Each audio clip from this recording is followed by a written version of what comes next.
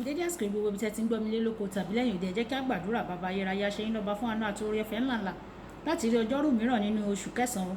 Agbẹ́yìnga Ọlọ́run aláàánú wa nítorí oríire, ìtẹ̀síwájú, ìgbéga, àlùyọ àti ìlera pípé ó rú fún wa. A sì gbàdúrà wípé lénìí ọ̀rọ̀ tí a ó gbọ́ yóò ṣe ayé àti ọkàn wa ní ire, kò ní lòdì sí wa ní ọjọ́ ìdájọ́, nítorí tí a gbàdúrà lórúkọ Jésù Kristi Olúwa wa. Àmín. Lórúkọ Jésù. Ìwé ọ̀run ṣíṣí tí àti ọwọ́ olùṣọ́ àgùntàn yín náà kọ Adéjàre Adébóyè kọ. Èní ọjọ́rú ọjọ́ 11 oṣù kẹsàn-án. Àkòrí tí a ó gbéyẹ̀wò sọ pé gbígba àwọn àsọtẹ́lẹ̀. Àwọn àkọsórí wa nínú ìwé Tẹsalóníkà kìíní orí 5 ẹsẹ̀ 20. Tẹsalóníkà kìíní orí 5 ẹsẹ̀ 20. Ẹ má ṣe kẹ́gàn àsọtẹ́lẹ̀. Nígbà tí a mú bíbélì kíkà wa nínú ìwé ọba kejì orí 7 ẹsẹ̀ 1 dé 17. Ìwé àwọn ọba kejì orí 7 ẹsẹ̀ 1 dé 17. Nígbà náà ni Èlíṣà wípé, ẹ gbọ́ ọ̀rọ̀ Olúwa, báyìí ni Olúwa wí, ní ìwòyí ọ̀la ni a ó ta òsùwọ̀n ìyẹ̀fun kíkúnná kan ní ṣékélì kan ní ẹnubodè Samaria. Nígbà náà ni olóyè kan ní ọwọ́ ẹni tí ọba fi ara tì í dé, tí ó dá ènìyàn Ọlọ́run lóhùn. Ó wípé, kíyèsí, bí Ọlọ́run tilẹ̀ ṣí fèrèsé ní ọ̀run, nǹkan yìí a lè rí bẹ́ẹ̀ bí? Òun sì wípé, kíyèsí, ìwọ yóò fojú rẹ rí o, ṣùgbọ́n ìwọ kì yóò jẹ nínú rẹ̀. Ẹ jẹ́ kí a lọ sí ẹsẹ̀ 16. Àwọn ènìyàn sì jáde lọ, wọ́n sì kó ibùdó àwọn ará Síríà.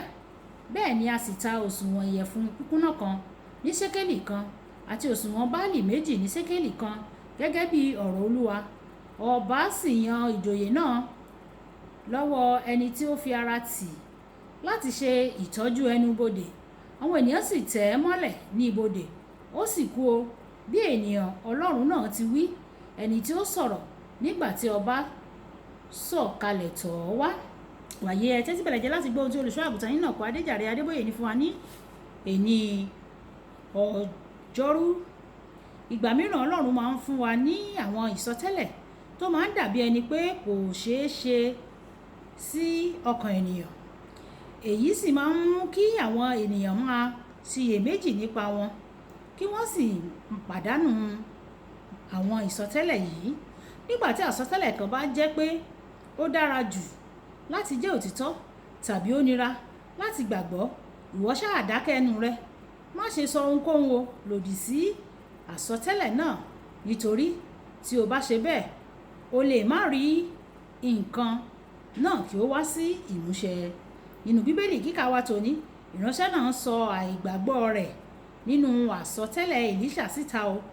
Àsọtẹ́lẹ̀ náà wá sí ìmúṣẹ, ṣùgbọ́n nítorí ohun tí ó ti sọ kò sí láyé láti ní ìrírí rẹ̀. Olúwa tí ó ti sọ tàbí tí ó bá sọ lẹ́yìn tí ó bá gba àsọtẹ́lẹ̀ náà. Ọlọ́run sọ fún Ábúráhámù nínú ìwé Genesis orí 17 ẹsẹ̀ 4 àti Genesis orí 16 ẹsẹ̀ 3 àti 4 pé yóò di bàbá àwọn orílẹ̀-èdè àti pé àwọn ọmọ rẹ̀ yóò pọ̀ bí ìràwọ̀ ojú ọ̀run. Ní ìgbà náà, òun àti ìyàwó rẹ̀ di arúgbó, wọn kò sì ní ọmọ kankan rárá o, bí ó tilẹ̀ jẹ́ pé Ábúráhámù gba Ọlọ́run gbọ́, tí a sì kà á fún un gẹ́gẹ́ bí òdodo. Genesis orí 15 ẹsẹ̀ 6. Àsọtẹ́lẹ̀ náà kò wá sí ìmúṣẹ ní kíákíá o.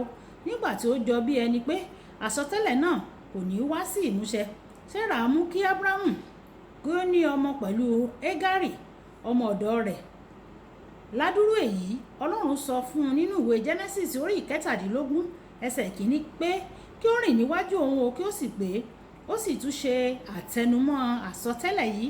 Ní ìgbà yìí, Ábúráhámù ṣiyèméjì ní ọkàn rẹ̀ o. Genesis orí 17 ẹsẹ̀ 17.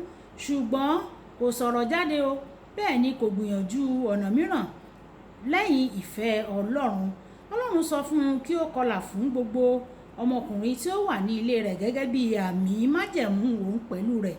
Ábúráhámù sì ṣe bẹ́ẹ̀ gẹ́gẹ́ o, bí ó tilẹ̀ jẹ́ pé ó ṣiyèméjì nípa Ọlọ́run lọ́kàn rẹ̀. Ọ̀rọ̀ rẹ̀ àti ìṣe rẹ̀ kò fi hàn rárá o. Lẹ́yìn náà ní Genesis orí 18, Ọlọ́run fi hàn oṣù 9 lẹ́yìn náà àbí Ísákì o, tí ẹnu rẹ àti àwọn ìṣesí rẹ kò bá tako àwọn ìlérí Ọlọ́run fún ọ, bí ó ti wù kí àwọn ìlérí náà jọ pé kò ṣeé gbàgbọ́ tó, ìwọ yóò rí tí wọn yóò wá sí ìmúṣẹ. Nígbà tí Ọlọ́run bá mi sọ ohun tí kò ṣeé gbàgbọ́ fún mi, tí ó bá mi sọ ohun tí kò ṣeé gbàgbọ́ fún mi, lójú ẹsẹ̀ màá bẹ̀rẹ̀ sí ní tún sọ fún àwọn tí ó bá gbà mí láàyè láti sọ fún wọn. Mi ò kì í fàyè gba ọkàn àwọn ènìyàn láti ṣe àṣàrò lórí rẹ̀ kí n má bàa ṣiyèméjì. Màá wá jẹ́wọ́ àsọtẹ́lẹ̀ náà léra kí ó bàa lè jẹ́ pé ó ti di gidi lójú mi. Nígbà tí Ọlọ́run sọ fún mi pé òun yóò kọ́ ìlú fún mi, mi ò tilẹ̀ lè kọ́ ilé kékeré ní ìgbà náà, ṣùgbọ́n mo kéde rẹ̀ fún gbogbo àwọn ènìyàn tó ṣetán láti gbọ́ mi. Lónìí ó ti mú àsọtẹ́lẹ̀ náà ṣẹ o. Nígbà tí ó fi àwọn ọkọ̀ àjàgbéjò tó ń gbé màálùú wọlé láti bọ́ àwọn ènìyàn tí yóò máa wá sí àwọn ètò wa hàn mí, mo kéde rẹ̀ fún àwọn ènìyàn.